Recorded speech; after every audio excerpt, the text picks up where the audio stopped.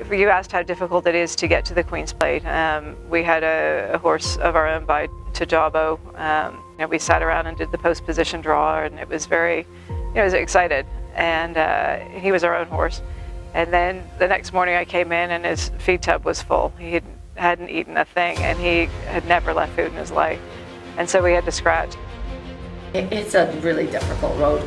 We purchase most of our horses, although we do breed some of our horses. So it's a long process to get there, and everything has to go right to make it there, and you have to be good enough to be there.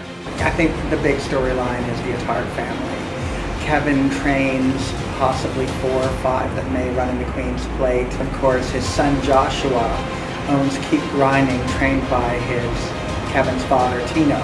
So you've got the grandson, the grandfather, and the father, and the whole mix. It's just amazing. In big races is nerve-wracking. You want him to do good, and it is pressure, and he's clapping for Daddy.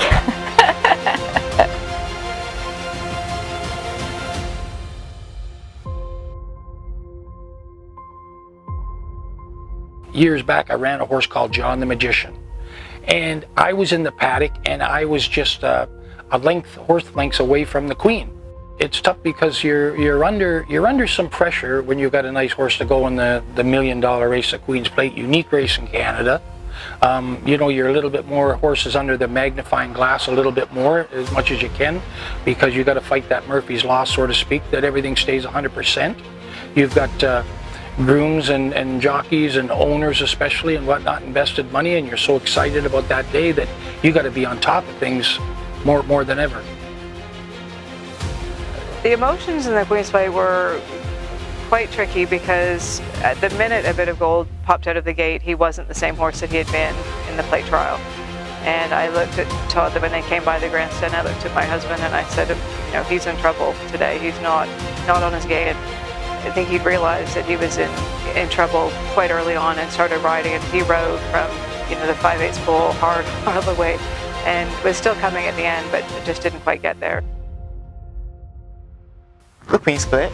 That would be awesome. To win that race would be a dream come true. Last year it was good.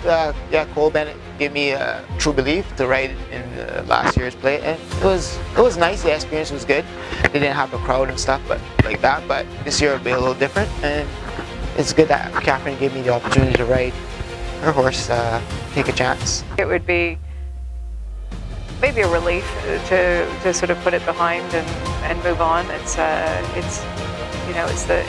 the jewel for Canadian racing, and being very Canadian and patriotic. It would mean obviously an awful lot.